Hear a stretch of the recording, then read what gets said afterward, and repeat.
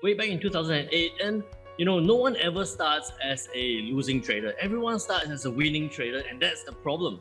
You start winning, and then as you start winning, you start building all their bad habits, and through their bad habits, that's where you start losing.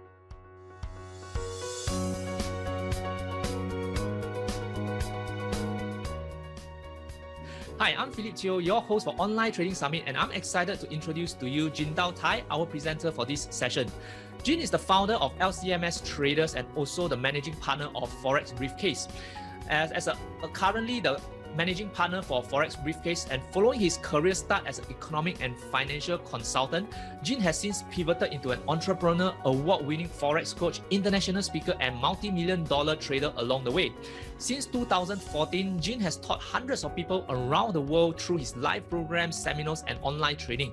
And he has inspired and influenced thousands of people around the world through his public speeches, media appearances, live events, and training programs as well.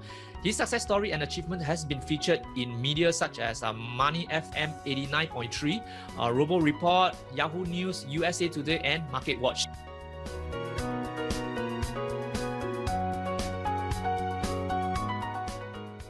Putting it in terms of words, the immediate major trend was upwards. We could see that moving upwards. It was breaking that resistance, that green line as it hits, is breaking that resistance.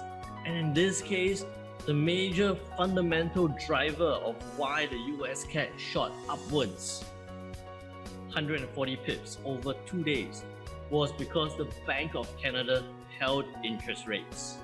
They held interest rates. They're probably expected to cut interest rates, but they held interest rates and also said that the likelihood of negative rates will be lower. They're not going to introduce negative rates. So because of that, we saw the US CAD reach upwards. Some level of certainty came around. We saw some strength into the US dollar, pushing the US CAD upwards 140 pips. So this is number one kind of textbook. I would say it's almost a textbook trade that I would look out for, covering the three main considerations: trend, support, resistance, and fundamental drivers.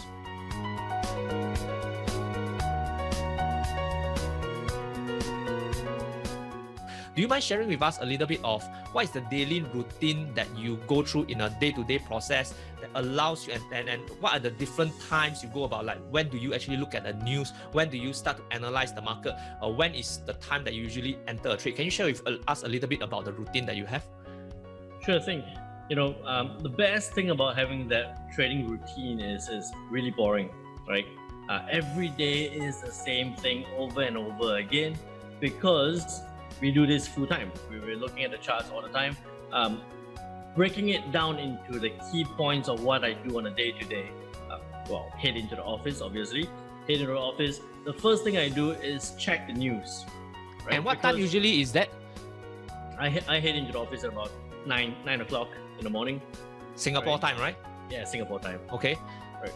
So I come in, I check the news. I go into Forex Trading Asia. I check the economic calendars, just so that I know what's coming up.